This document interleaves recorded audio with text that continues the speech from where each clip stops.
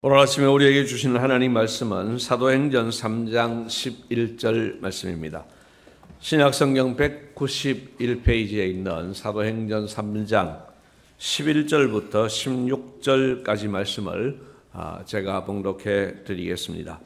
나은 사람이 베드로와 요한을 붙잡으니 모든 백성이 크게 놀라며 달려나아가 솔로몬의 행각이라 불리우는 행각에 모이거늘 베드로가 이것을 보고 백성에게 말하되 이스라엘 사람들아 이 일을 왜 놀랍게 여기느냐 우리 개인의 권능과 경건으로 이 사람을 걷게 한 것처럼 왜 우리를 주목하느냐 아브라함과 이삭과 야곱의 하나님 곧 우리 조상의 하나님이 그의 종 예수를 영화롭게 하셨느니라. 너희가 그를 넘겨주고 빌라도가 놓아주기로 결의한 것을 너희가 그 앞에서 거부하였으니 너희가 거룩하고 의로운 일을 거부하고 도리어 살인한 사람을 놓아주기를 구하여 생명의 주를 죽였도다. 그러나 하나님이 죽은 자 가운데서 그를 살리셨으니 우리가 이 일의 증인이라. 그 이름을 믿음으로 그 이름이 너희가 보고 아는 이 사람을 성하게 하였나니 예수로 말미암아 난 믿음이 너희 모든 사람 앞에서 이같이 완전히 낫게 하였느니라. 아멘. 세상에는 사람도 많고 교회도 참 많습니다. 그러나 사람이든 교회든 하나님께 쓰임받는 정도는 각각 다른 것 같습니다. 18세기 영국에서는 큰 부흥운동이 일어났는데 그 부흥운동을 주도한 분들은 웨슬리 형제와 휘필더라는 분이었습니다. 그 휘필더가 이런 말을 했습니다. 녹슬어 없어지기보다는 닳아서 없어지는 것이 더 낫습니다. 이런 말입니다. 설명하지 않아도 아시겠습니다만 녹슬어 없어진다는 것은 무엇이겠습니까? 사용하지 않아서 하나님께서 쓰시지 않아서 또 우리 입장에서 보면은 하나님께서 사명을 주셔도 거부해서 그래서 그냥 그렇게 녹슨 인생처럼 그저 먹다 죽은 인생 이렇게 되는 삶을 이야기합니다.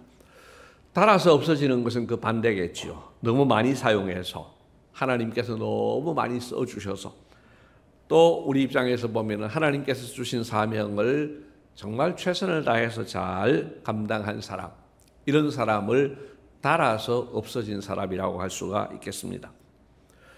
여러분 새 차를 산 사람이 차를 아낀다고 타지 않고 1년을 지내고 2년을 지나고 10년을 방치해 두면 어떻게 10년 후에 차가 잘 굴러가겠습니까? 10년 후에 차 굴러가지 않습니다. 안 쓰고 그냥 놔뒀는데 그냥 녹슬어서 이게 작동이 안 되는 겁니다. 그러나 10년 동안 20만 킬로, 30만 킬로를 달린 차도 중간중간 수리만 해주면 10년이 지나도 얼마든지 운행이 가능합니다. 같은 이치로 우리가 빈둥빈둥 살면 아무것도 안 하고 살면 80살, 90살이 되어도 아프지 않고 죽지도 않고 그렇게 살겠는가? 그렇지 않습니다. 너무 일을 많이 해서 골병 든 사람도 있기는 하지만 일 안 하고 산다고 해서 100살을 건강하게 사는 것은 아닙니다. 그래서 오늘 우리 모두가 참 하나님께 쓰임받기를 소원하면서 살면 좋겠습니다. 사도행전 2장에서 성령 충만함을 입은 교회는 정말 천국 같은 교회였습니다. 지난주일에 2장을 살펴보았습니다. 오늘 3장부터는 그 교회가 하나님께 귀하게 아름답게 쓰임받는 모습을 보여주고 있습니다. 저는 우리 모두가 저와 여러분이 하나님께 마음껏 쓰임받는 인생 살기를 소원합니다. 또한 이제 다음 주, 그 다음 주가 되면 우리 교회도 설립 39주년이 되는데 설립 39주년이 되는 우리 교회도 하나님께 더 쓰임받는 교회 되기를 소원합니다. 우리 개인이나 교회나 하나님의 일을 안 해서 녹슬어가는 인생을 산다면 그것은 너무나 안타깝지 않겠습니까? 하나님께 죄송하고 또 내 자신의 인생에도 미안한 인생이에요. 어떻게 태어난 인생인데 하나님께서 이 땅에 보내주셨는데 내 인생을 소중하게 여기지 않고 그렇게 허비하며 산다고 하면은 너무나 미안한 일입니다. 오늘은 우리 교회도 우리 자신도 하나님께 쓰임받기를 소원하면서 예루살렘 교회는 어떻게 쓰임을 받았는지, 어떤 모습으로 쓰임받았는지 그 내용을 살펴보고자 합니다. 첫째로 예루살렘 교회는 예수님의 이름을 힘써 전했습니다. 사도행전 3장 1절을 보면은 하루는 베드로와 요한이 성전에 올라갔습니다. 거기서 한 사람을 만나게 되는데 그는 나면서부터 걷지 못한 사람이었습니다. 40살 정도의 사람이었는데 사람들이 그를 메고 와서 성전 미문이라고 하는 문 앞에다가 앉혀둡니다. 왜 왔겠습니까? 구걸하기 위해서. 이거라도 해야 먹고 살 수 있으니까 또 성전에 올라가는 사람들이 조금 더 마음이 좋을 거야. 이런 마음을 가지고 이제 성전 미문에서 거기서 구걸을 하고 있습니다. 3절 말씀을 보면은 베드로와 요한이 올라오니까 당연히 베드로와 요한에게도 구걸을 합니다. 그때 3장 6절에서 베드로가 아주 유명한 말을 합니다. 아주 명언인데요. 같이 한번 읽겠습니다. 베드로가 이르되 은과 금은 내게 없거니와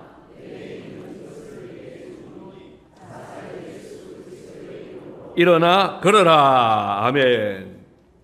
그리고 오른손을 잡아 일으켰더니 일어나서 성전으로 들어가면서 걷고 뛰고 찬송하였습니다.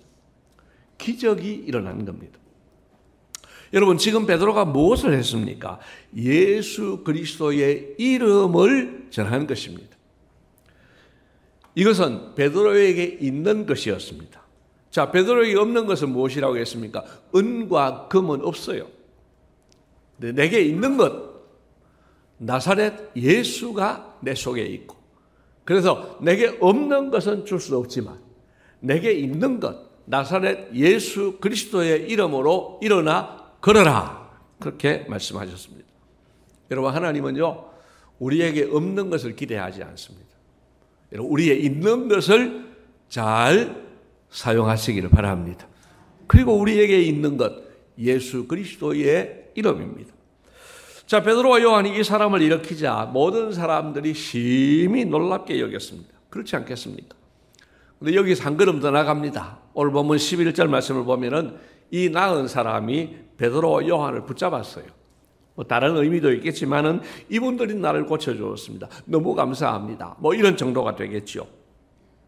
그러니까 사람들이 크게 놀라서 이 옆에 있는 사람들이 많이 모일 수 있는 솔로몬의 행각이라는 곳에 사람들이 모였습니다. 여러분, 모인 사람들이 베드로와 요한을 어떻게 바라볼지 짐작이 되지 않습니까? 신기하고 놀랍고 신과 같은 존재로 그렇게 여기면서 보는 거죠. 제가 만약에 이 앞에서 40년 된 이 걷지 못한 사람을 일으키면 여러분들이 저를 보는 눈이 좀 달라지지 않겠습니까?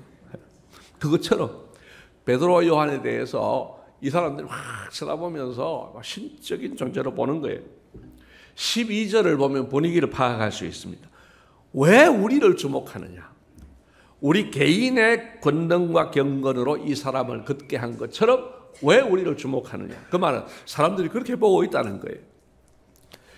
그래서 베드로와 바울은 내가 혹은 우리가 한 것이 아니라는 말을 하면서 13절부터 설교를 시작을 합니다. 그리고 설교 초두에 13절부터 15절까지는 이렇게 이야기합니다. 너희가 생명의 주인 예수를 죽였다.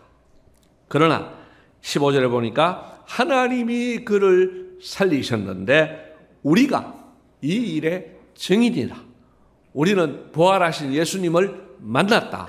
그렇게 말씀을 합니다. 그러면서 이 사람이 일어나게 된 직접적인 이유가 무엇이냐를 16절에서 이렇게 설명합니다. 여러분 16절 말씀 한번 보시죠. 같이 읽겠습니다. 그 이름을 믿음으로 그 이름이 너희가 보고 아는 이 사람을 성하게 하였나니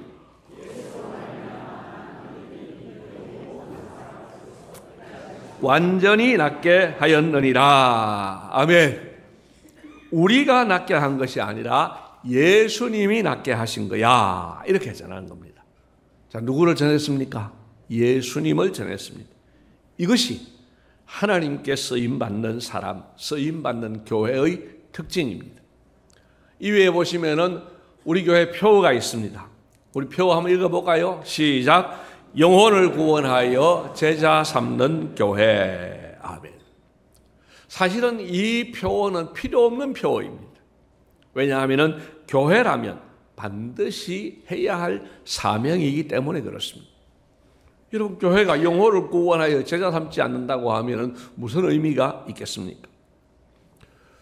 VIP 초청주일이 10월 20일로 정해졌는데요. 오늘부터 이제 D-98, 100일이 남지를 않았습니다. 그리고 지난달에 VIP 작정을 했는데요. 많은 분들이 동참을 했으면 얼마나 좋았겠습니까? 근데 적어도 너무 적게 작정을 하셨어요.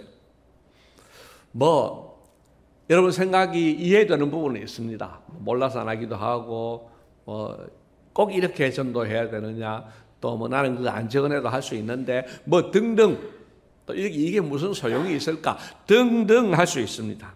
그러나 여러분, 우리가 이 일을 왜 합니까? 내가 전도해야 될 사람, 내가 부담을 가지고 있는 사람, 그분을 교회의 이 행사를 계기로 해서 그렇게 해서 그분의 이름을 내가 기도하기로 작정하고 또 한 달 동안 그분을 위해서 기도하고 또 감동을 드리고 그래서 그날 당일에 초청해서 구원을 받고 안 받고는 하나님이 하시는 문제고 그렇게 동참해 보자는 뜻입니다. 여러분, 이 일이 잘못됐습니까? 이 일에 동참하시는데 이거는 이해는 됩니다. 아이고, 나는 예수 오래 믿다 보니까 내 옆에 예수 안 믿는 사람이 없어요. 그런 분들도 있을 수 있습니다. 그러나 아닙니다. 오늘 이 작정서 써내신 분들 가운데 이런 분이 있어요. 어느 아파트 몇 동 몇 호 분.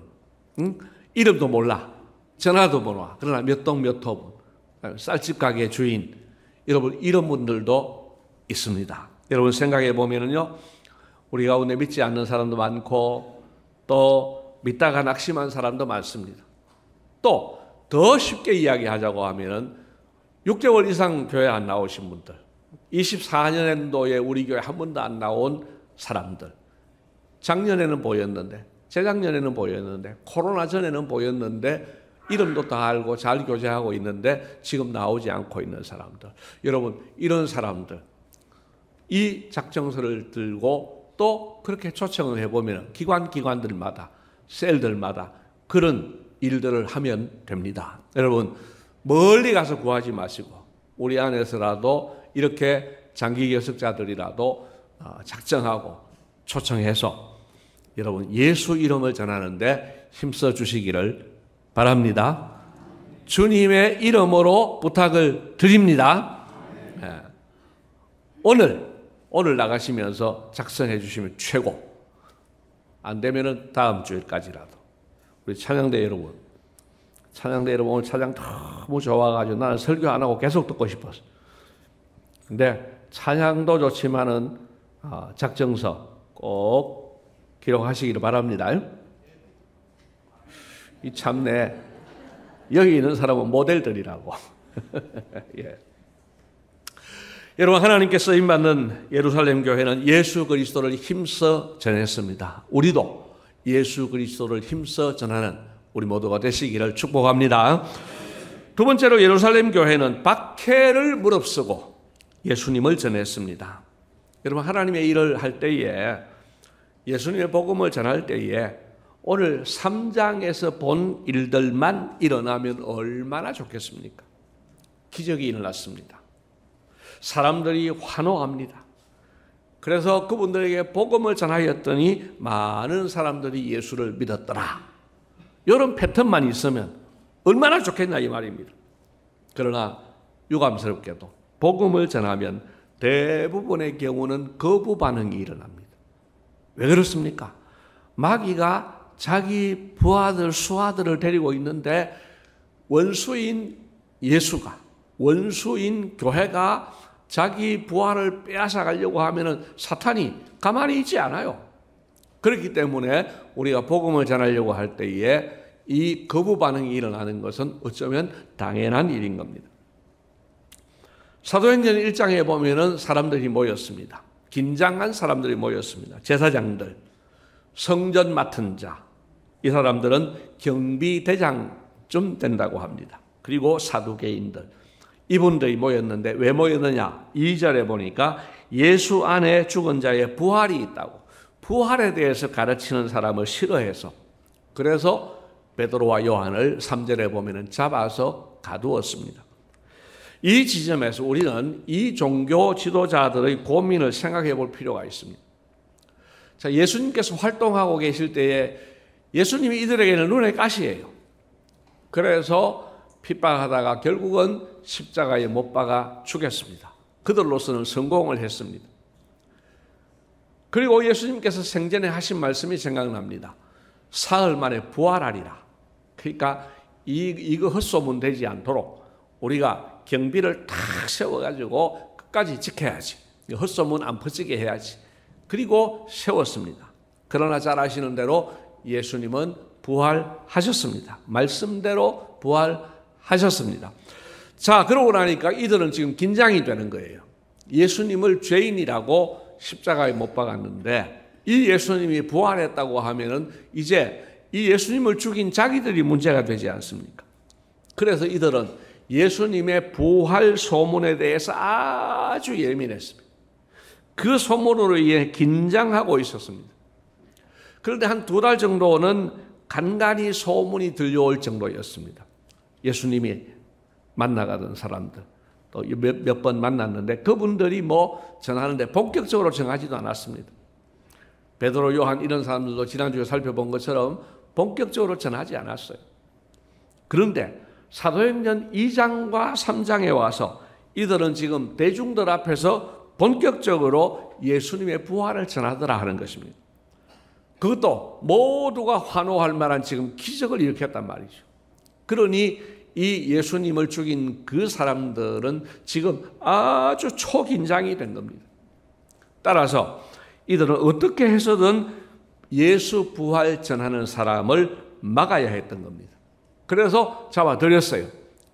그런데 베드로가 뭐라고 합니까? 4장 12절을 보십시오. 4장 12절 말씀 같이 읽습니다. 다른 이로서는 구원을 받을 수 없나니.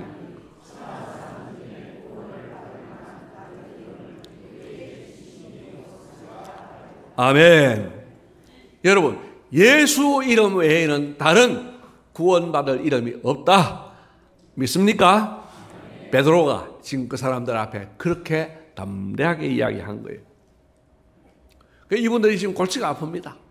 그래서 계속 회유를 하고 이제 뭐 계속 붙들어 둘 수 있는 명분이 없으니까 이제는 보내야 되는데 그냥 보내기는 싫고 그래서 경고를 합니다. 4장 18절 이하를 보시면은 이들이 예수님의 이름을 말하지도 말고 가르치지도 말라 그러면서 이제 풀어주려고 합니다. 여러분 그러면 뭐 거기서는 그냥 하고 나와서 전해도 되잖아요. 그런데 베드로와 요한은 그렇게 하지 않습니다. 여러분 4장 19절과 20절을 보겠습니다. 같이 읽습니다. 베드로와 요한이 대답하여 이르되 하나님 앞에서 너희의 말을 듣는 것이 하나님의 말씀을 듣는 것보다 옳은가 판단하라. 우리는 보고 들은 것을 말하지 아니할 수 없다 하니. 아멘.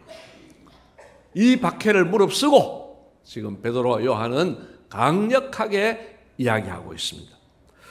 여러분 제자들이 한 5, 60일 전에만 해도요. 예수님 십자가 지실 때 도망을 다녔지 않습니까? 베드로는 여종 앞에서도 여종이 당신도 예수님과 한편이지 그렇게 이야기를 하니까 너무 겁이 나가지고 나 예수 모르는 사람이라고 그렇게 부인했던 사람입니다. 그런데 오늘 이렇게 180도로 바뀐 것을 보게 됩니다. 그 원인이 무엇입니까? 지난주에 보았던 성령 충만함이었습니다. 성령 충만함을 받은 이들은 변화가 되었습니다. 그래서 이제는 매를 맞고 감옥에 갇히고 나중에는 순교를 해도 이들은 끝까지 주의 복음을 전하였습니다. 여러분, 박해가 있음에도 불구하고 그걸 무릅쓰고 예수 복음을 전하는 사람이 교회가 하나님께 쓰임을 받습니다. 오늘 우리에게는 사실은 별 박해가 없습니다. 오늘 우리가 복음을 전하려고 하다 보면 무엇이 제일 걸림돌입니까? 그냥 복음 전하면 상대방이 화를 낸다든지 또는 그냥 박대를 그냥 안 들은 척 한다든지 무시를 한다든지 반응하지 않는 뭐 이런 정도 아니겠습니까? 참 희한한 것은 택시를 타고 가다가 그냥 이야기할 때에는 손님이라고 잘 대우해 주다가 기사에게 교회 이야기 꺼내고 예수 이야기 꺼내면 그때부터 돌변해요. 그러면서 아주 손님 취급이 아니라 아주 이게 반대하는 그런 모습을 보게 됩니다. 뭐 그런 정도, 여러분 그런 정도는 우리가 무릅쓸 수 있지 않겠습니까? 물론 교회를 섬기면서 또 특별히 열심히 섬기는 분들은 헌신해야 될 부분이 많기는 합니다. 그러나 우리가 하나님께 받은 은혜와 복을 생각해 보면은 우리가 그것 정도는 무릅쓰고 주의 일에 힘써야 되지 않겠습니까? 우리 모두 어떤 어려움이 있다 할지라도 그 박해가 있다 할지라도 뭐 요즘은 박해는 없지만은 어려움이 있다 하더라도 그걸 무릅쓰고 주의 복음을 전하고 교회를 섬기는 우리 모두가 되시기를 주님의 이름으로 축복합니다. 마지막 세 번째입니다. 예루살렘 교회는 서로를 헌신적으로 사랑했습니다. 지난 주일에도 잠시 말씀을 드렸습니다마는 예루살렘 교회에는 참 놀라운 일이 일어났습니다. 4장 32절 말씀에 보면은 믿는 무리들이 물건을 내 물건이라고 말하지 않고 우리 다 같이 알아서 쓰자 그러고 이야기합니다. 쉽게 말하면 우리 집에 차가 있는데 이 차 내 차 아니야. 우리 모두의 차야. 그러니까 너도 필요하면 타고 너도 필요하면 타고 이제 이런 정도로 유무상통하는 이런 사회가 된 거예요. 은혜를 너무 받으니까 이렇게 되었습니다. 그리고 4장 34절로부터 35절을 보면은요, 그 중에 이제는 가난한 사람이 없어졌어요. 왜냐? 밭과 집이 있는 자는 팔아서 그 판 것의 값을 가져다가 사도들의 발 앞에 두니까 그들이 각 사람의 필요를 따라 나누어 준 겁니다. 여러분, 부자들이 밭도 팔고 집도 팔아서 예를 들면 교회 앞에 헌금을 드리고 교회는 그것을 가난한 사람에게 다 나누어 주었더니 가난한 사람이 한 사람도 없더라. 여러분, 인류 역사상 가난한 사람이 하나도 없는 곳이 있겠습니까? 그런데 오늘 사도행전 4장에서는 이것이 이루어졌습니다. 여러분, 그 교회 교인들이 얼마나 좋았겠습니까? 얼마나 행복했겠습니까? 그리고 교회 밖에 있는 사람들은 이들을 얼마나 부러워했겠습니까? 초대 예루살렘 교회 성도들은 예수 안에서 누릴 천국의 소망을 두었습니다. 또한 이웃을 내 몸처럼 사랑하라는 말씀을 마음으로 받아들이고 실천했습니다. 그리고 우리가 얼마 전에 주기도문을 공부했습니다마는 주기도문의 우리를 생각했습니다. 이게 무슨 말입니까? 오늘 우리에게 일용할 양식을 주시옵고 우리 이렇게 기도하거든요. 우리를 생각해 보세요. 자, 우리가 10명이 있습니다. 10명이 있는데 3명은 먹을 것이 없어서 지금 굶주리고 있어요. 4명은 그냥 자기 먹고 살 만큼 돼요. 그런데 3명은 창고에 쌓아두고 돈이 넘쳐나는 사람이에요. 그러면은 이들이 하나님께 기도하기를 하나님 오늘 우리에게 일용할 양식을 주시옵고 할 때에 하나님 뭐라고 하시겠느냐? 이 부자가 이 기도를 드리면서 아니 나는 지금 많은데 이거 가지고 저 사람 주면 되는데 그런데 우리에게 일용할 양식을 주시옵고 기도할 용기가 안 나는 거죠. 그러면서 내가 이분에게 먹을 것을 주어야 되겠다. 이렇게 자발적으로 실천을 한 것입니다.